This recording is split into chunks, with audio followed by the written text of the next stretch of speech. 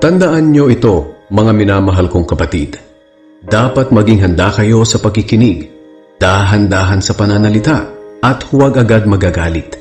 Sapagkat ang galit ay hindi nakakatulong sa tao para maging matuwid sa paningin ng Diyos. Kaya talikuran nyo na ang lahat ng kasamaan at maruruming gawain at tanggapin na may pagpapakumbaba ang salita ng Diyos na itinanim sa inyong puso na siyang makapagliligtas sa inyo. Huwag lang kayong maging tagapakinig ng salita ng Diyos, kundi sundin nyo ang sinasabi nito. Dahil kung hindi, dinadaya nyo lang ang sarili ninyo. Dahil kung nakikinig lang ang isang tao sa salita ng Diyos, pero hindi naman niya tinutupad ang sinasabi nito, katulad siya ng isang taong tumitingin sa salamin, na pagkatapos makita ang sarili, ay umaalis at agad kinakalimutan ang ayos niya. Ngunit ang taong nagsasaliksik at tumutupad sa kautosang ganap na nagpapalaya at hindi tagapakinig lang na nakakalimot agad, ay ang taong pagpapalain ng Diyos sa mga ginagawa niya.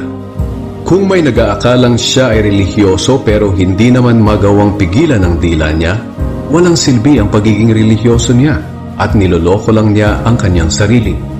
Ang pagkarelihiyosong itinuturing na dalisay at walang kapintasan ng Diyos Ama ay ito: ang pagtulong sa mga ulila at mga biyuda sa kahirapan nila, at ang pagtalikod sa lahat ng kasamaan sa mundong ito.